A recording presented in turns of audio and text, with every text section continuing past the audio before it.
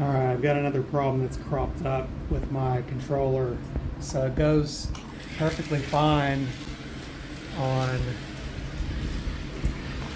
forward at any speed, but reverse, you can see it comes on, but there's only a certain, it's like it's not catching. I don't know, it's weird.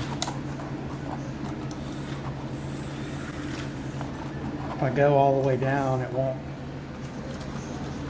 there's no connection at all. Alright, discovered another issue.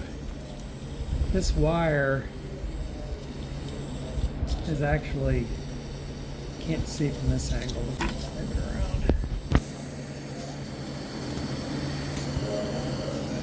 If you look really closely there, it's frayed. There we go. So it's not a good connection. So I guess that was actually the piece of the wire that was inside of there. Obviously this is an easy fix, but thought I would show this to anybody who might have a problem. What would happen is when I was turning the control, it would only work in certain areas, and it's probably because of the way that wire was hitting. It would only make a connection at certain angles. So if you have a problem with your controller not working at certain areas, like it's got a sweet spot, then more than likely it's one of your wires has been compromised inside. That's easily fixed. Alright, you can see now after I've soldered that connection back on, it's running properly again.